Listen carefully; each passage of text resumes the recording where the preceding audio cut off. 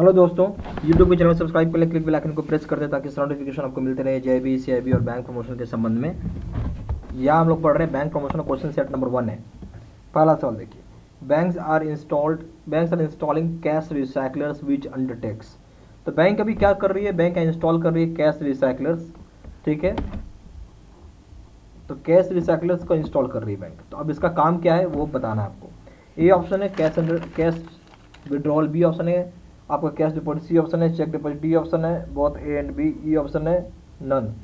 देखिए, तो कैश जो रिसाइकलर होता है वो दो तरह के काम करता है, कैश विड्रॉल भी करेगा, साथ ही साथ कैश को जमा भी करेगा, यानी बोथ ए एंड बी, इसलिए सही ऑप्शन डी हो जाएगा, ठीक है।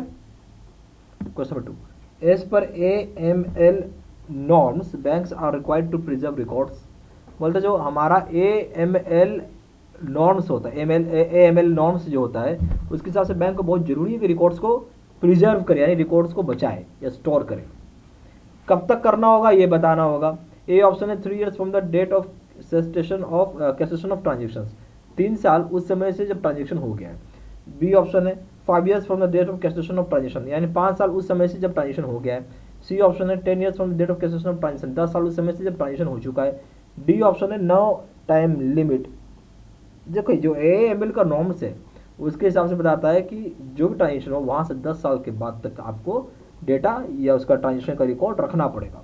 तो सही ऑप्शन हो जाएगा सी।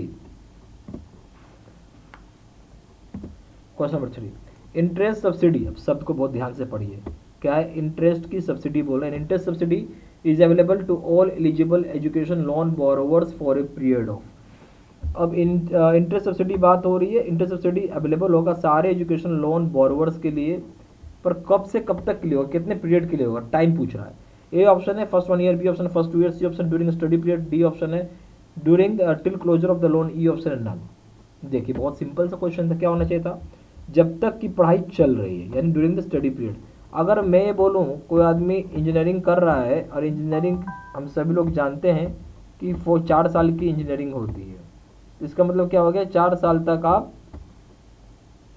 आपको इंटरेस्ट सब्सिडी मिलेगा।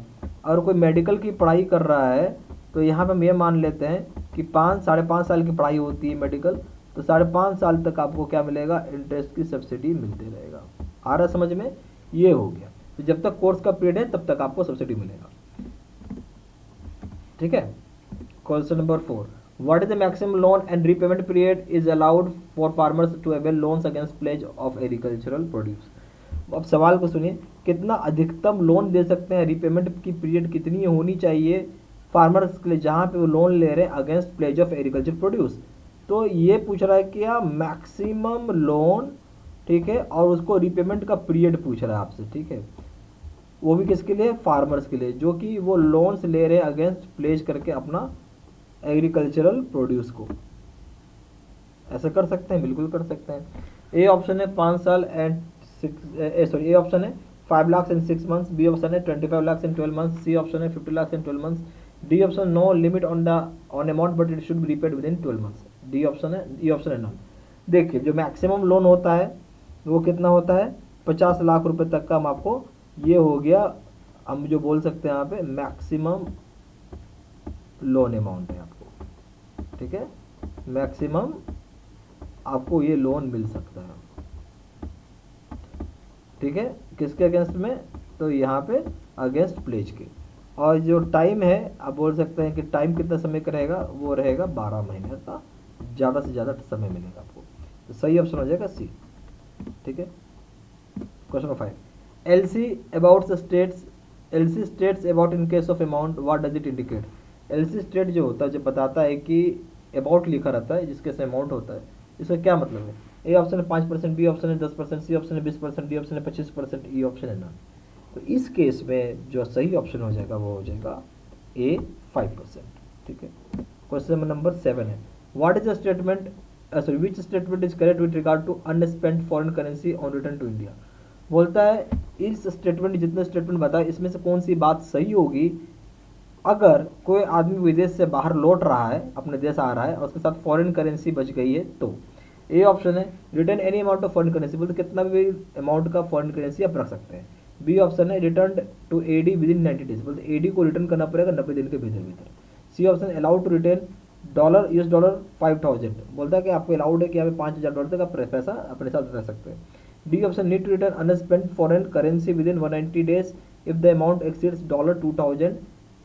ठीक है, बोलता है कि आपको जरूरी है कि जो बचा हुआ पैसा आप रिटर्न करें, फॉरेन करेंसी की जो बची पैसे रिटर्न करें 180 दिन के भीतर भीतर, अगर अमाउंट $2000 से ज़्यादा हो गया है तो। ठीक है, $2000 से ज़्यादा अमाउंट है तो आपको पैसा लौटाना पड़ेगा 180 दिन के भीतर भीतर। ई ऑप्शन है नन ऑफ द अबव। ठीक है, तो अब देखिए सही इसमें क्या हो जाएगा, करेक्ट स्टेटमेंट पूछ रहा था फॉरेन करेंसी के संबंध में, जब भारत लौट रहे हैं तो वो भी अनस्पेंड है। ठीक है, किसका अनस्पेंड, जो पैसा खर्च नहीं हुआ आपका। तो देखिए सही ऑप्शन हो जाएगा डी। हाँ, डी क्या हो जाएगा, यहाँ बोलता है कि आपको रिटर्न करना पड़ेगा अनस्पेंड फॉरेन करेंसी। ठीक है, 180 दिन के भीतर भीतर, इसमें कोई दो राय नहीं है। पर आप पैसा रख सकते थे $2000 तक रखने के लिए कोई मना नहीं है, पर अगर एक्सीड हो जा रहा है ना अमाउंट $2000 से ज़्यादा तब लौटाना पड़ेगा। ठीक है, सही ऑप्शन डी था। Question rate the minimum education qualification stipulated for borrowers availing credit limit of ₹50 lakh under PMEGP। तो बोलता है कि क्या कम से कम एजुकेशन क्वालिफिकेशन होनी चाहिए बोरोवर का जो कि एक लोन लेना चाहता है प्रधानमंत्री PMEGP प्रोग्राम के तहत, जहाँ पे अमाउंट 15 लाख रुपए का है। तो PMEGP का फुल फॉर्म क्या है, प्रधानमंत्री रोजगार योजना बोलते हैं, या फिर बोलते prime minister employment guarantee programme है, एम्प्लॉयमेंट गारंटी प्रोग्राम है। इसमें ए ऑप्शन है इंटरमीडिएट 10+2, बी ऑप्शन है 10th स्टैंडर्ड, सी ऑप्शन है 8th क्लास, डी ऑप्शन है नन। तो सही ऑप्शन आ जाएगा इस क्लास में, इस केस में वो क्या हो जाएगा, 8वीं पास होना चाहिए आपको। ठीक है, question number 9, interest rate on saving bank deposits are. Interest rate on saving bank deposit में होता है क्या होगा, A option regulated, B option deregulated, C option partially regulated, D option linked to repo rate, E option none of the above. जो interest rate आपको saving bank account में मिलता है आज की डेट में वो प्रॉपरली डी रेगुलेटेड है, यानी इसमें कोई नियंत्रण नहीं है किसी का, जो मर्जी आप वो रख सकते हैं।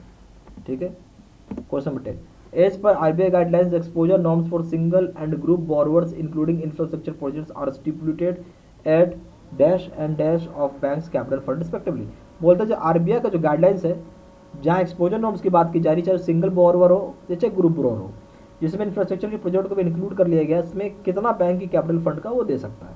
ए option 10%, 20%, B option 15%, 40%, C option है आपका 20%, 50%, डी ऑप्शन 20%, 40%, ई ऑप्शन है नन। तो सही ऑप्शन हो जाएगा इस केस में 20%, 50%। कैसे, जो सिंगल बोरोवर है उसको आप 20% तक का लोन दे सकते हैं, जो अगर इंफ्रास्ट्रक्चर प्रोजेक्ट को भी डाल दे तो। ग्रुप बोरोवर के केस में यही चीज़ बढ़ के 50% हो जाता है, यहाँ तक का पैसा दे सकते हैं।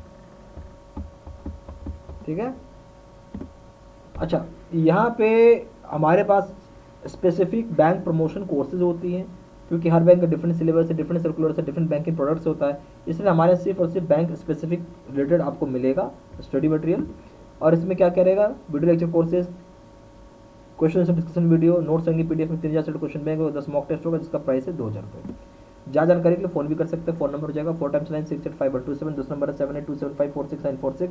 वेबसाइट में जाकर डायरेक्टली ऑनलाइन ऑर्डर प्लेस कर सकते हैं। वेबसाइट हो जाएगा www.jibcstudymetal.com, ईमेल आई डी हो जाएगा seedsena43@gmail.com। इस सारे इन्फॉर्मेशन मैंने इसी वीडियो के डिस्क्रिप्शन बॉक्स में भी डाल दिया है। ठीक है, थैंक यू।